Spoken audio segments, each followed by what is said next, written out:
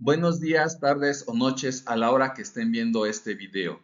Bienvenidos a Investigación en Electromovilidad y Almacenamiento de Energía, por sus siglas IEAE, un programa vinculado entre el Instituto Politécnico Nacional y México Energía que Mueve. Su servidor, Leandro Brito Barrera, hoy lunes 9 de septiembre del 2024, platicaré del uso de hidrógeno en motores de combustión interna, parte 2. ¿Por qué parte 2? Porque en el capítulo 13 de la temporada 1 platiqué del uso del hidrógeno en motores de combustión interna y lo que hice fue reproducir la plática que hizo el profesor Jesús Casanova de la Politécnica de Madrid. Lo que resalte o que retomo de esa plática es que el hidrógeno fue el primer combustible utilizado en un motor de combustión interna. Entonces, el primer vehículo automotor no usó gasolina, no usó alcohol, no usó diésel, lo que usó fue hidrógeno. Y fue en 1805 con la patente de Isaac de Rivas, donde el primer motor de combustión interna usó hidrógeno, y aquí se ve en la figura. En esa plática di una historia, cómo fue evolucionando y cómo hoy por hoy ya existen vehículos que consumen hidrógeno y que son de motores de combustión interna. Resaltar también de esa plática que la diferencia entre los vehículos de motor de combustión interna que utilizan hidrógeno y los vehículos que también usan hidrógeno, pero que utilizan pilas de hidrógeno, es que son más eficientes los vehículos que utilizan pila de hidrógeno. Por eso la tecnología y los vehículos que están usando hidrógeno, que ya están circulando en las calles, la mayoría son de pila de hidrógeno, no de combustión interna, porque hay una diferencia en la eficiencia. El hidrógeno, para combinarlo con el oxígeno, obviamente el oxígeno que está en el aire y el aire tiene nitrógeno, me va a dar agua, el nitrógeno va a salir porque es parte de la salida que está en el aire, entra y sale, y energía. Esa energía, en el momento que estoy utilizando la pila de hidrógeno, su eficiencia es del 60%. Y esa pila que me dio electricidad con hidrógeno, el motor eléctrico, su eficiencia es del 95%. Y eso ya me hace rodar en las llantas, la energía mecánica que rueda las llantas. Esto es más eficiente que si tuviera que esa energía del oxígeno al combinarlo con hidrógeno fue a través de una combustión, porque la combustión su eficiencia es del 95%, equivalente a la eficiencia del motor eléctrico. Ahí estamos empatados, 95 y 95%. Donde es la diferencia que esa combustión pasa para hacer una energía mecánica que mueva las llantas por el ciclo termodinámico dentro del motor de combustión interna, y ese ciclo termodinámico tiene una eficiencia de menor del 50% respecto al 60% que tiene la pila de hidrógeno. Pues estamos hablando de una diferencia de más del 10%. Por eso es más eficiente la pila de hidrógeno o los vehículos de hidrógeno que utilizan pila de hidrógeno. Entonces, ¿cómo puedo mejorar esa eficiencia de los motores de combustión interna, de esa eficiencia termodinámica, para que sea equivalente a la eficiencia de la pila de hidrógeno? Bueno, tengamos en cuenta que para que esa combustión se lleve a cabo es dentro de unos pistones. Y estos pistones van subiendo y bajando conforme está admitiendo lo rojito un hidrocarburo que puede ser gasolina o que puede ser diésel o que simplemente puede ser hidrógeno. O sea, quitándole la C de carbones, solamente tiene hidrógeno. Y que por otro lado en el azulito está entrando aire, que el aire principalmente es oxígeno, 19%, nitrógeno, 71%, y el 1% son de gases raros, entonces no cuenta. Eh, Esto sí, porque al hacer la combustión dentro de estos pistones, en el caso del motor de gasolina, se necesitan 15 gramos de aire por 1 gramo de gasolina, y aún así, con este exceso de aire, lo que voy a tener es que se va forzosamente al carbón, al combinarse con el oxígeno, me va a dar monóxido de carbono y dióxido de carbono. No me voy a evitar el monóxido de carbono. La diferencia es que bajo las reglas de los países debe ser una cantidad tan pequeña que sea aceptado. Pero cualquier motor que utilice gasolina con 15 gramos de aire y 1 gramo de gasolina, forzosamente da monóxido de carbono y dióxido de carbono. Ambos son gases de efecto invernadero, pero el dióxido de carbono lo podemos atenuar con los árboles que respiran monóxido de carbono y me dan aire, dióxido de carbono y me dan aire. El monóxido de carbono no, y además ese es un gas que genera efecto invernadero que se queda en la atmósfera y que es veneno para los humanos. Además, hay carbono que no se quema y que queda residual y que se combina con hidrógeno y son hidrocarburos no quemados, HC, que salen también del escape. Y el gran detalle de las altas temperaturas que se generan en la combustión es que el oxígeno se combina, que aquí venía separado físicamente. En el aire viene 19% oxígeno, 71% nitrógeno, pero al calentarse, las altas temperaturas hacen que estos dos se combinen y me den los famosos NOx. Los NOx que son igual o más peligrosos que el monóxido de carbono, veneno para los seres vivos, gases de efecto invernadero y se quedan atrapados en la atmósfera baja. Ahora, el motor diésel debo de tener 40 a 15 gramos de aire por cada gramo de gasolina, es decir, necesito más exceso de aire para poder hacer la combustión de mi diésel y aún así me genera exactamente lo mismo que me genera el ciclo de gasolina. Me da monóxido de carbono, me da dióxido de carbono, me da hidrocarburos no quemados y me da NOx. Y la gran diferencia es que necesito estar jalando más aire, necesito más exceso de aire. Entonces, lo que tenemos que hacer es entender que podemos seguir utilizando esta tecnología que ya están muy avanzadas y con el hidrógeno no me da absolutamente nada de esto. ¿Por qué? Porque aunque el monóxido de carbono está presente el carbón por desgaste, por lubricantes que hay dentro de estos pistones, y ese carbono por simple hecho de las temperaturas se combina con el oxígeno, me va a dar monóxido de carbono aún usando solo hidrógeno. Bueno, hay tecnologías que ya están hoy por hoy aplicadas para que este monóxido de carbono que ya de suyo se genera en el ciclo diésel y en el ciclo Otto, o sea, cuando usan gasolina, cuando usan diésel, estos este, sistemas que eliminan el monóxido de carbono, que ya actualmente se utilizan para que el poco monóxido de carbono que se va a generar, no porque el hidrógeno tenga carbono, sino porque en los pistones hay lubricantes y esos carbono va a reaccionar con el oxígeno por las temperaturas. Ahí es tan insignificante que cualquier sistema mínimo va a eliminar ese monóxido de carbono.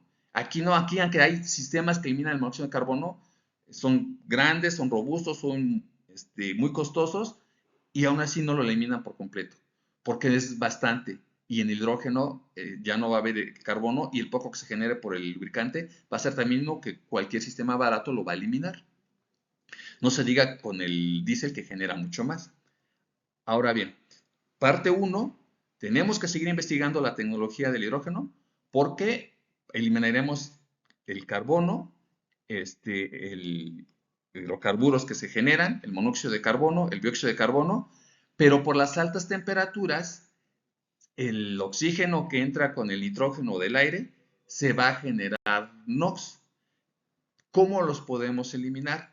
Hablemos de eso en esta plática.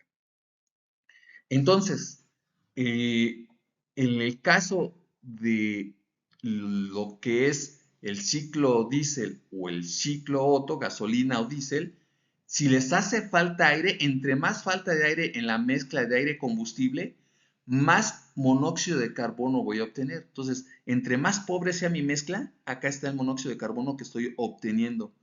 En caso de que yo voy aumentando la cantidad de aire, el monóxido de carbono va disminuyendo su producción, hasta que en esta franja gris fuerte, la relación casi estequiométrica se queda a que ya no se va a generar monóxido de carbono. Vean que pese a que ya tenga yo la relación estequiométrica, voy a seguir teniendo en el ciclo real monóxido de carbono. En el ciclo ideal no, pero en el ciclo real sí. Entonces voy a tener exceso de aire para dejar de tener monóxido de carbono. Entonces, entre más exceso de aire, el mismo dióxido de carbono que se genera va disminuyendo y lo que voy obteniendo es más oxígeno a la salida. Obviamente, para tener más exceso de aire, la parte de la energía que estoy generando en mi combustión se va a estar jalando más aire. Entonces, disminuye el trabajo que tengo disponible para mis llantas. La eficiencia baja. Ahora bien, lo importante del hidrógeno es que no requiere de exceso de aire. Que esto no se va a generar nunca ni monóxido de carbono ni dióxido de carbono por el hidrógeno, por el combustible. Se va a generar por el lubricante un poquito de monóxido de carbono, que con cualquier sistema barato se va a eliminar. Entonces, importante es que no tengo que bajar yo la eficiencia de mi ciclo por tener este exceso de aire. Ahí, de entrada, ya estoy aumentándole la eficiencia a mi motor de combustión interna porque no requiero un exceso de aire que si baja la eficiencia y el hidrógeno no lo requiere. Va a aumentar ahí la eficiencia. Hay que seguir investigando por ahí. ¿Qué es lo que más aumenta la eficiencia del motor de combustión interna? La relación de compresión. Pero la relación de compresión en el ciclo Otto que quema gasolina están entre el 7 y el 10 de relación de compresión. Las más utilizadas son 8. Teóricamente, en una relación de compresión de 8, estamos hablando de un 56% de eficiencia, como se ve aquí en este punteado rojo. Eso en la realidad no es cierto, están en 40% apenas, los mejores. Entre lo ideal, que es 56, y entre lo real hay 16. Obviamente hay mucho todavía va a ser en el ciclo Otto, que quema gasolina, para aumentar la eficiencia. Y en eso siguen trabajando año con año. El ciclo diésel, la gran diferencia es que puede utilizar mayor relación de compresión. A mayor relación de compresión, mayor eficiencia. Entonces, el ciclo diésel, por teoría, sería más eficiente que el ciclo de gasolina.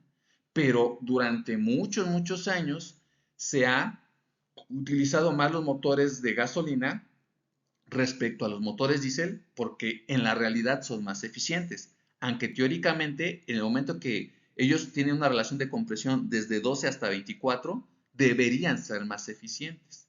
Lo que pasa es que, como vimos, se requiere exceso de aire para ir disminuyendo la contaminación. Y como el diésel no se tenía buena situación de estar inyectando el combustible, implica que mi molécula de diésel es más grande. Se quema lo de alrededor y no se quema lo de en medio. Al no quemarse lo de en medio, salen más hidrocarburos no quemados. O sale más carbón que puede reaccionar para hacer monóxido de carbono por no quemarse bien lo de en medio. Para que se queme bien lo de en medio, conforme se va quemando lo de afuera, la molécula de en medio debe tener más aire, debe tener entonces más exceso de aire para poder quemarlo. Y entonces, como vimos en la diapositiva anterior, al requerir más exceso de aire disminuye la eficiencia. Y como vimos dos diapositivas anteriores, el diésel requiere hasta 40 gramos de aire por cada gramo de diésel.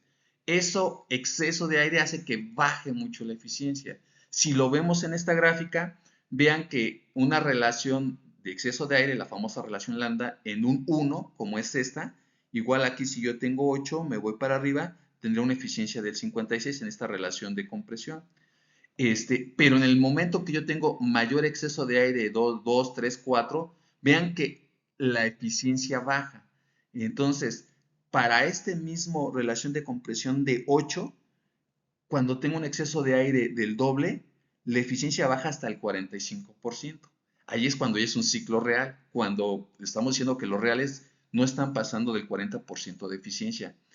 Entonces, ¿qué es lo que está pasando?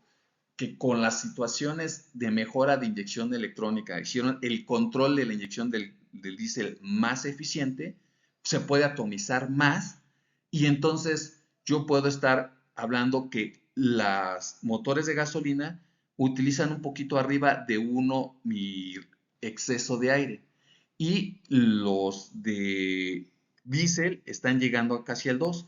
La gran diferencia es que en el arriba de 1, si yo estoy en una relación de compresión de 8, tengo una eficiencia aquí del 40%. Aquí en este puntito donde lo estoy es 40 y 8 en un exceso de aire arriba de 1 en el otro. Pero como ya estoy en una relación de diésel hasta de 20, por ejemplo, en 20 para tener 40, con una relación de exceso de aire hasta de poco de arriba, casi de 4, estoy teniendo exactamente la misma eficiencia. Y ya se puede porque ya puedo atomizar más con controles electrónicos más precisos ese diésel. Entonces, en la Comunidad Europea, los vehículos diésel ya son casi la misma cantidad que los de gasolina.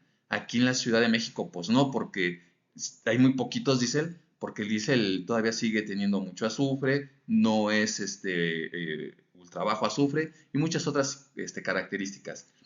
Pero lo importante de esta diapositiva es entender que teóricamente desde el inicio se conocía que el ciclo diésel, por tener una mayor relación de compresión, iba a ser más eficiente que el ciclo Otto. Pero se tardó mucho en avanzar la tecnología para que esto fuera real, lo que hoy ya es real. Entonces, entender que el hidrógeno, por el simple hecho de no necesitar mayor relación de exceso de aire, sí puede ser más eficiente. Además de que, ¿qué sucede? La temperatura de autoignición de la gasolina es 456 grados centígrados. Entonces, no puede detener autoignición hasta tener 456 grados. Es muy difícil alcanzar esa temperatura dentro del pistón por sí sola. Entonces, necesita una chispa. Y por eso el ciclo Otto se diferencia del ciclo diésel dentro del pistón, porque el ciclo Otto necesita la chispa de ignición. El ciclo diésel no, simplemente aumentando la relación de presión, la presión es tanta que el diésel alcanza la temperatura de autoignición, que es mucho más baja de 456. Algunas bibliografías dicen que es de 250, otras que menos de 200. Es muy difícil. Por eso no puse un número exacto, porque las bibliografías diferían. Y es que el diésel, su estructura química cambia mucho.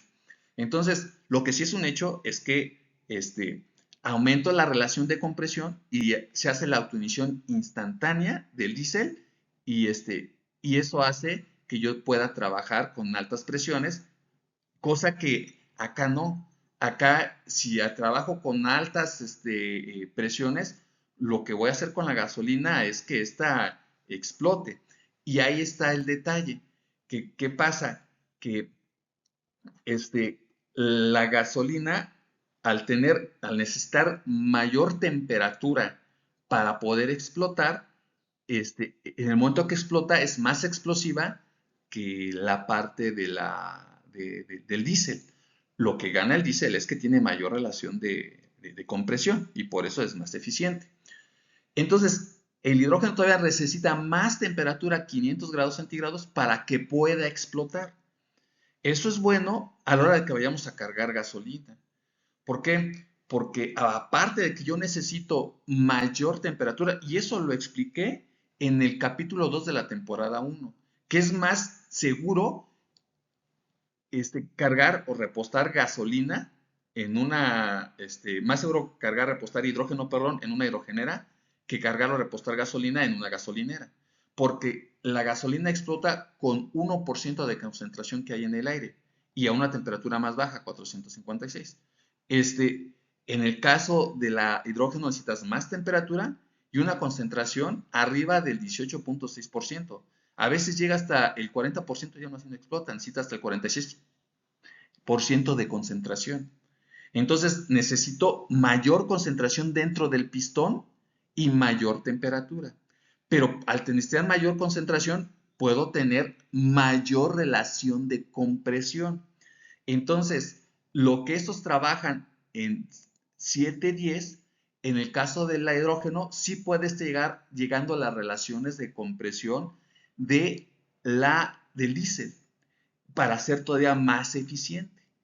Entonces, si yo tengo mayor relación de compresión, estoy más por acá, pero no necesito este exceso de aire, estoy aquí en 1, vean que teóricamente puedo estar arriba del 60% porque estoy en esta, porque no necesito exceso de aire, estoy en 1, y estoy en una relación de compresión que está cercana en la de los diésel, o sea, aquí en 14, y ya estoy arriba, o en la misma 12, ya estoy arriba del 60%. Claro, eso es lo real, lo ideal, perdón. Lo real estaríamos más abajito. No importa, si me sigo aumentando para acá, estoy que estando a 20 y un acceso de aire de doble, ya estoy arriba de los 60. Y entonces, al estar arriba de los 60, soy más eficiente que las pilas de hidrógeno que hacen con motores eléctricos la electromovilidad con hidrógeno. Pero sí se puede llegar a la misma eficiencia que ahorita no. El detalle es que como en el diésel, no existe todavía la tecnología. Hay que avanzar en esas pruebas para así tener altas relaciones de compresión, bajo exceso de aire o no exceso de aire, y vamos a tener más eficiencia y vamos a hacer que no estemos contaminando porque no vamos a meter carbón. Vean aquí la relación de compresión en la que estamos trabajando. Estamos acá en compresiones muy pequeñas. El diésel y la gasolina son líquidos. Los tengo que atomizar para que entren como si fuesen gases y puedan comprimirse. En el caso del hidrógeno, no. El hidrógeno, vean que la compresibilidad del hidrógeno a mayor presión es más compresible. Y nosotros en otros videos hemos dicho que los tanques de hidrógeno para los vehículos están de 700 bar, de los vehículos ligeros, los chiquitos. De los grandes están a 350 bar. Pero a 700 bar, vean que la relación de compresibilidad es de 1.5 del hidrógeno, es muy grande. Entonces, en el momento que yo obviamente abro el paso del tanque hacia la cámara de combustión, el gas va a disminuir su presión. Pero como voy a tener relaciones de compresión, otra vuelta me voy a ir hacia arriba. Otra vuelta se va a comprimir más el hidrógeno. Otra vuelta voy a tener mayor explosividad. Y entonces, aparte de que el hidrógeno tiene más poder calorífico, que lo dije en los videos pasados, pues tiene mayor compresibilidad, va a tener una relación de compresión más grande, va a ser una mayor eficiencia. Esto es lo único que es lineal, vean lo anaranjado. H2 es lineal conforme más presión se tenga, que él sí es gas, no necesito atomizarlo, más compresible es. Y en el caso de gasolina y diésel, estoy acá pegadito casi al cero, o sea, es mínimo, es muy bajo y eso va a ir bajando, la relación de compresión baja, va hacia abajo en vez de ir hacia arriba en estos primeros niveles de presión. Entonces son muy ineficientes el diésel y la gasolina y va a ser muy eficiente a la hora de comprimirse el hidrógeno, va a aumentar la eficiencia del ciclo. Ahora, ¿qué es lo que hace el motor convencional? A mayor presión, mayor temperatura. A mayor temperatura me da más NOx, más contaminación. El oxígeno se combina con el nitrógeno. Lo que han hecho es motores en carga estratificada, que el exceso de aire está más presente donde está cercano a la chispa y hay menos exceso de aire hacia más fuera de la chispa. Entonces el aire lo van suministrando de manera estratificada. Eso hace que la temperatura no aumente tanto y eso me genera menos NOx. Pero al tener menor temperatura, la presión, como ven aquí en cafecito, es menor respecto a que si la temperatura solita fuera mayor. Eso, buscan contaminar menos, pues entonces la relación de presión es menos y entonces la eficiencia es menos. Esta estratificación no se va a necesitar en el caso del hidrógeno, Va a ser así directo, mayor relación de compresión, mayor, mayor temperatura. Y entonces voy a tener una alta eficiencia. Sí, voy a tener más producción de NOx. Ahorita veamos cómo eliminamos esta situación de la alta temperatura para evitar la producción de NOx. Lo que sí hay que entender es que el nitrógeno se combina con el oxígeno a 1200 grados centígrados. El hidrógeno al quemarse alcanza hasta 2000 grados. Sí, eso va a ser un hecho.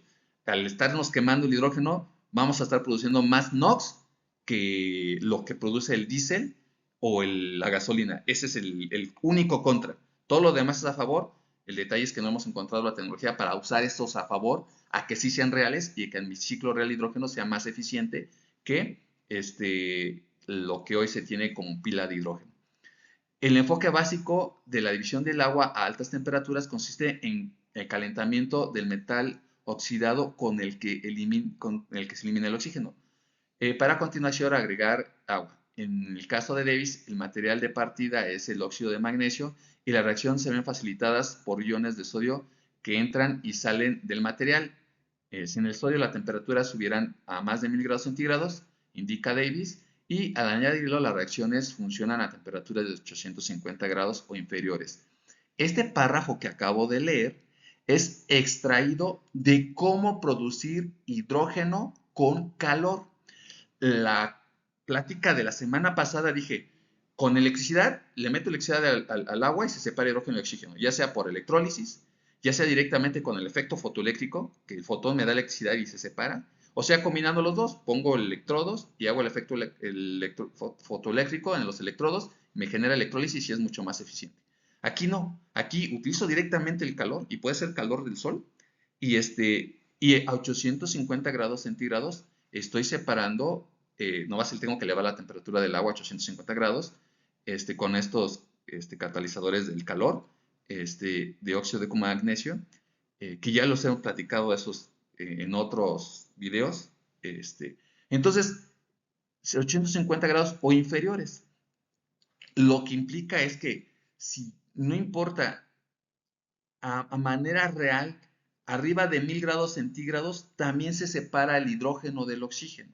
Entonces, si aquí estoy produciendo yo temperaturas arriba de 1200 grados centígrados, que voy a combinar el nitrógeno con el oxígeno, también voy a propiciar que el hidrógeno se separe del oxígeno, de la agua que se le esté inyectando por el aire. El aire, recuerden que tiene 19% oxígeno, tiene 71% de hidrógeno y también tiene unas partículas de agua mínimas. Se van a separar.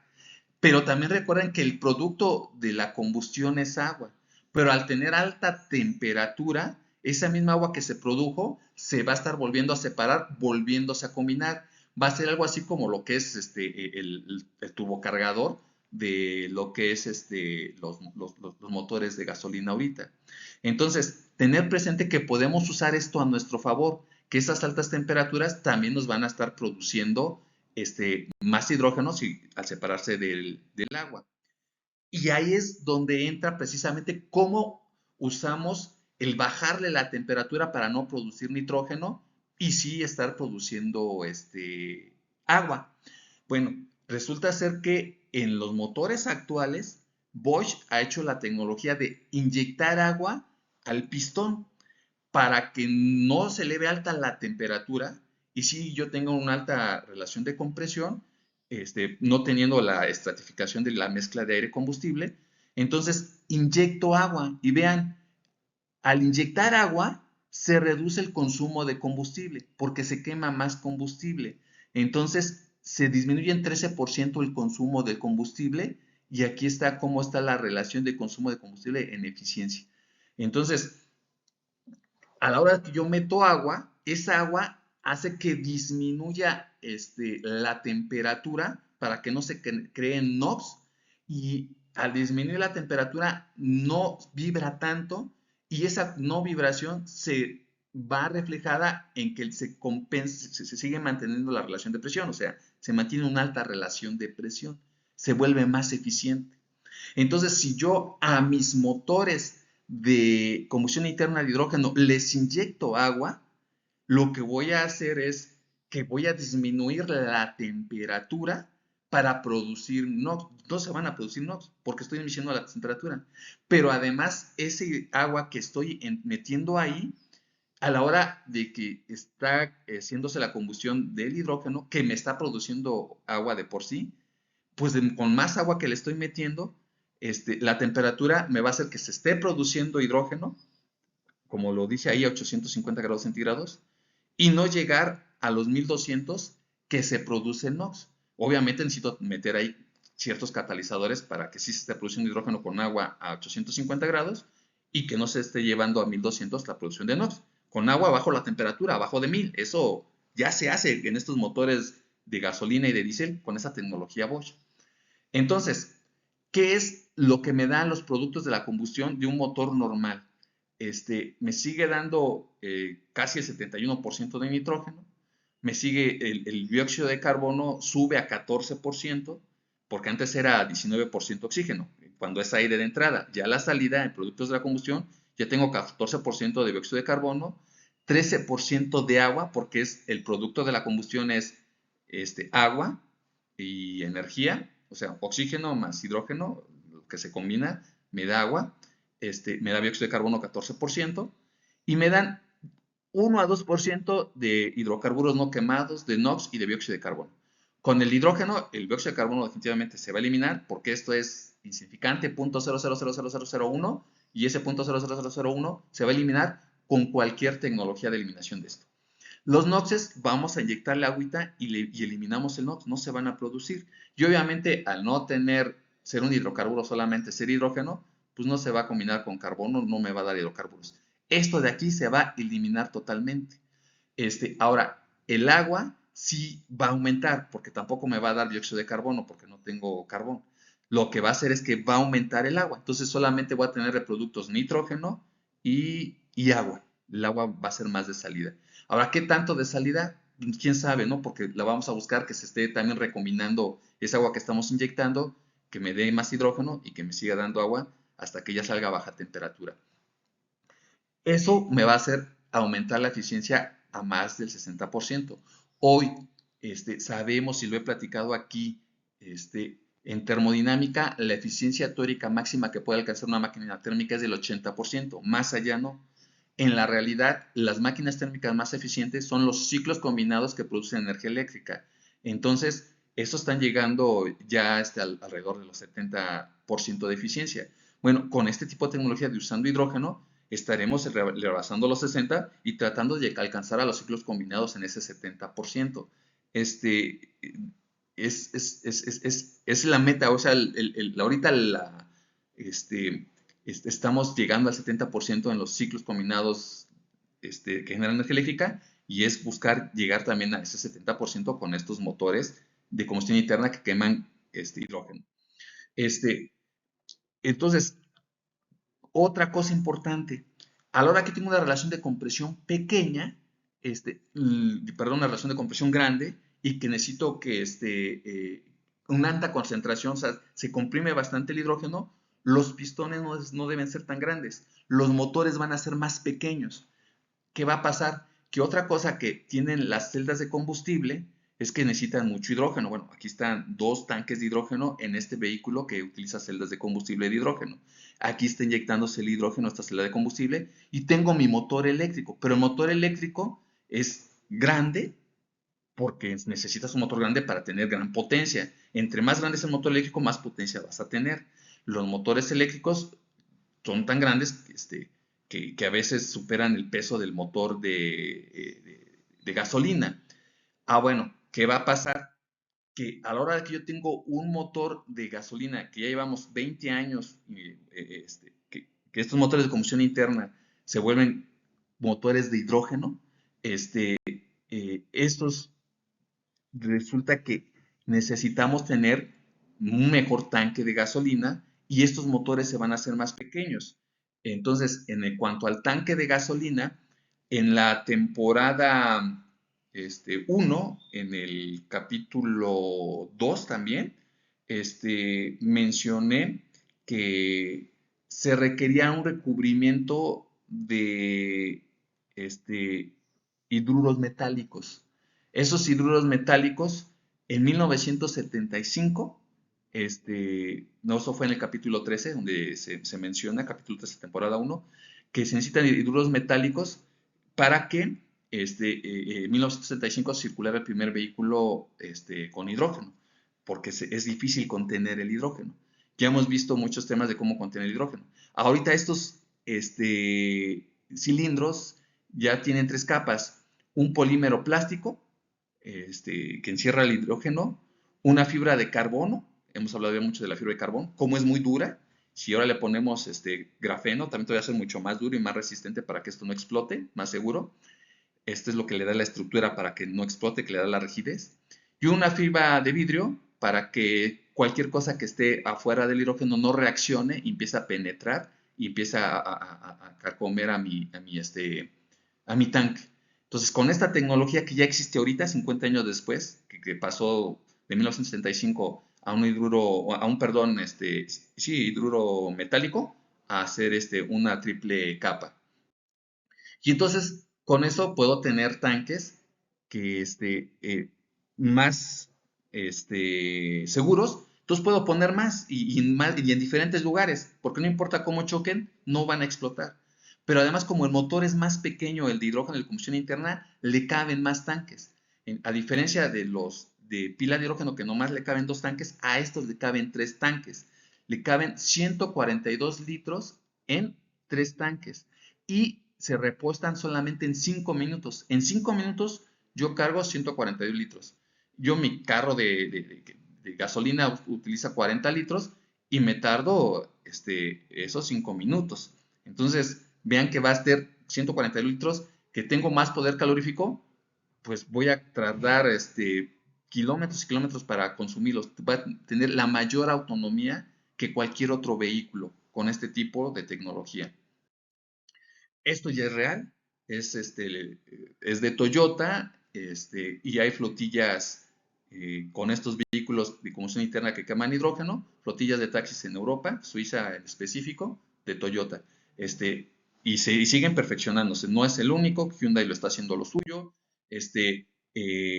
Los motores MAN, los famosos motores MAN, que eran motores diésel, lo están haciendo a gran escala. También que ellos saben que son los principales motores diésel, que son motores de respaldo de electricidad, plantas generadoras de electricidad que respaldan la electricidad base. Entonces, nuestras plantas de emergencia ahora van a ser de hidrógeno con motores MAN, con todas estas beneficios que les dije que se tenían.